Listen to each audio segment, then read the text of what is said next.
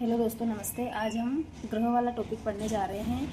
कल हमने सूर्य, तारे और ग्रहों के बारे में पढ़ लिया था। आज हम डिटेल में पढ़ेंगे। तो मैं बात करती हूँ सूर्य के सबसे नज़दीक ग्रह की, जो बुध है, और बुध के डिटेल में हम समझेंगे। तो आप मेरे साथ बने रहे, और अगर आपको अच्छा लगता है तो लाइक ज़रूर कीजिएगा। चलो शुरू करते हैं। तो बुध, जिसे मरकरी भी बोलते हैं, बुध सूर्य के सबसे नज़दीक है। बुध जो ग्रह है ये सूर्य के सबसे नज़दीक है तथा सौरमंडल का सबसे छोटा ग्रह है। सौरमंडल का सबसे छोटा ग्रह कौन सा है? बुध है। बुध को सूर्य से अधिकतम गर्मी प्राप्त होती है। बुध को क्या, बुध सूर्य के पास है, तो इस कारण से क्या है, इसको अधिकतम गर्मी प्राप्त होती है। और इसका व्यास लगभग 4879 किलोमीटर है।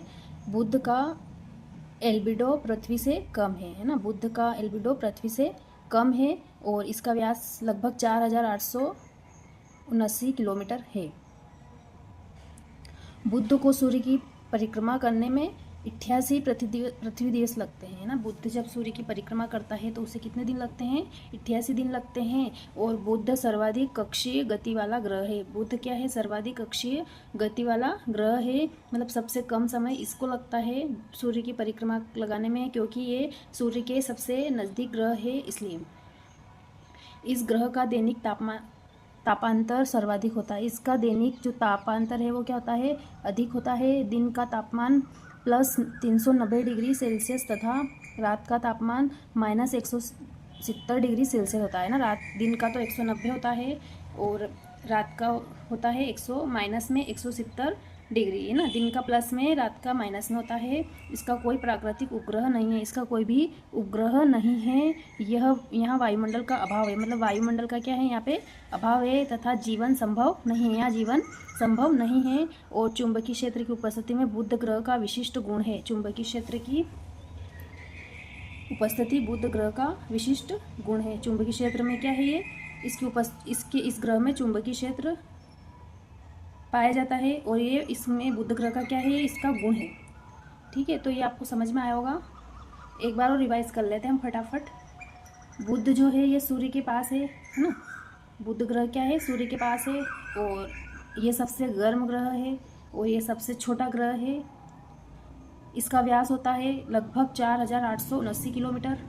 और ये 88 दिन में पृथ्वी के चक्कर 88 दिन में पृथ्वी दिवस 88 पृथ्वी दिवस लगते हैं। और इसका दिन का ताप प्लस 390 डिग्री सेल्सियस तथा माइनस 170 डिग्री रात का होता है ना।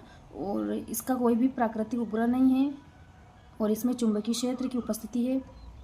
तो और यहाँ पे वायुमंडल का अभाव है ना। तो मैंने आपको रिवाइज करवा दिया है। तो इसके बाद हम शुक्र ग्रह के बारे में देखते हैं। ये दूसरा ग्रह है सूर्य से दूसरे नंबर का। और ये सबसे चमकीला है और सबसे गर्म है ना। ये कैसा है? सबसे चमकीला है और सबसे गर्म है। इसके चमकीलेपन का कारण इसका घने बादलों में युक्त वायुमंडल है ना। इसका वायुमंडल कैसा है? घने बादलों में, घने बादलों से युक्त है। तथा अत्यधिक गर्म होने के कारण इसके वायुमंडल में कार्बन डाइऑक्साइड की अधिक मात्रा का पाया जाना है ना। अधिक गर्म, ये गर्म क्यों है? तो मतलब इसके वायुमंडल में कार्बन डाइऑक्साइड की अधिक मात्रा है, इसलिए ये गर्म ग्रह है ना। तो कार्बन डाइऑक्साइड की अधिक मात्रा का पाया जाना है। और यह पृथ्वी के सबसे निकट है। यह क्या है? पृथ्वी के निकट है तथा आकार, व्यास और घनत्व में पृथ्वी से समानता के कारण इसे पृथ्वी की जुड़वा बहन भी कहते हैं। मतलब जो पृथ्वी का आकार है उसी प्रकार इसका भी है, तो इसको पृथ्वी की जुड़वा बहन भी कहते हैं। शुक्र का दूसरा नाम है ल्यूसीफर है ना। दूसरा नाम है ल्यूसीफर। और शुक्र का कोई भी उपग्रह नहीं है। इसे भोर का तारा भी कहते हैं। इसे संध्या का तारा भी कहा जाता है। शुक्र अरुण ग्रह की तरह दक्षिणावर्त, मतलब पूर्व से पश्चिम परिक्रमा करता है ना। शुक्र कैसे परिक्रमा करता है सूर्य की? तो पूर्व से पश्चिम की। और इसका नाम प्रेम एवं सौंदर्य की रोमन देवी के नाम पर रखा गया है ना। इसका नाम कैसे? प्रेम एवं सौंदर्य की रोमन देवी के नाम पर रखा गया है। शुक्र का द्रव्यमान पृथ्वी के द्रव्यमान का लगभग 4/5 है।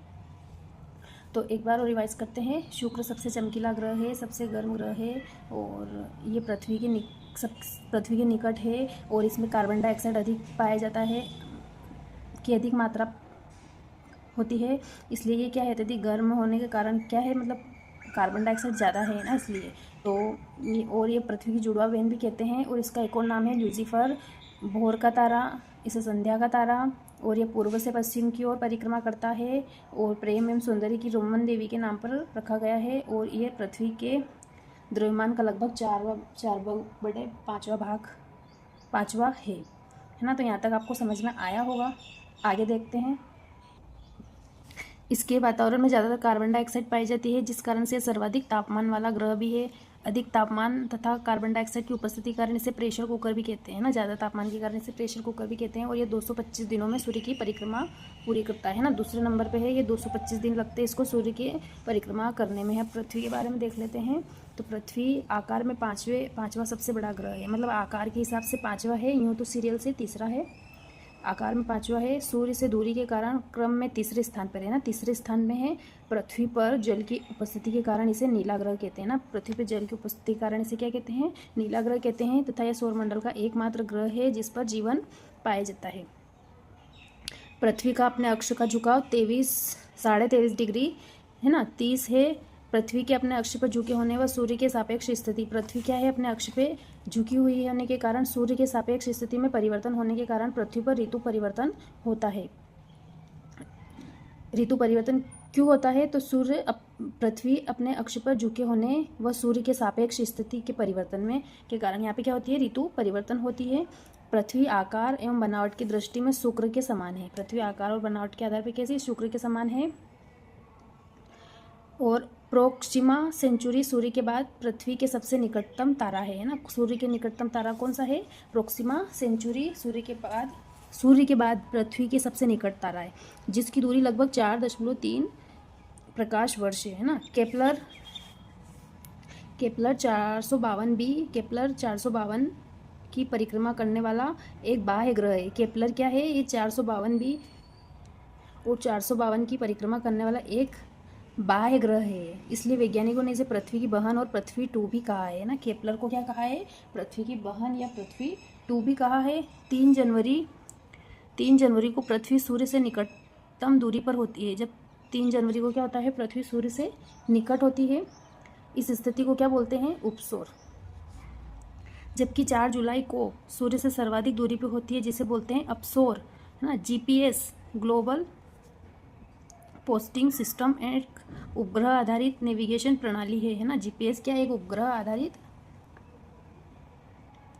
आधारित नेविगेशन प्रणाली है। यह अत्यंत तेज गति से प्रत्येक 12 घंटे में एक बार पृथ्वी की परिक्रमा करती है। कौन करती है, GPS। ये एक उपग्रह है ना, और नेविगेशन प्रणाली है, ये GPS बोलते हैं इसको। यह अत्यंत तेजी से गति में प्रत्येक 12 घंटे में एक बार पृथ्वी की परिक्रमा करती है। तो रिवाइज करते हैं। आकार में 5वां बड़ा ग्रह है, क्रम से तीसरे स्थान पे है, इसे नीला ग्रह कहते हैं। पृथ्वी अपने अक्ष पे 23.5 डिग्री झुकी हुई है, और इसके सबसे सूर्य के बाद दूसरे नंबर पे जो तारा है उसे बोलेंगे, मतलब सूर्य के बाद पृथ्वी के सबसे निकट तारा है प्रोक्सिमा सेंचुरी, जो लगभग 4.3 प्रकाश वर्ष है। केपलर ने मतलब केपलर को पृथ्वी की बहन भी कहा है, पृथ्वी 2 भी कहा है।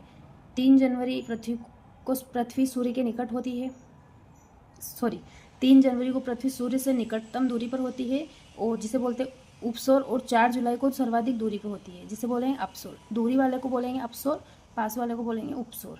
और GPS एक प्रणाली है जो क्या करती है, अपने पृथ्वी की परिक्रमा 12 घंटे में एक बार करती है ना।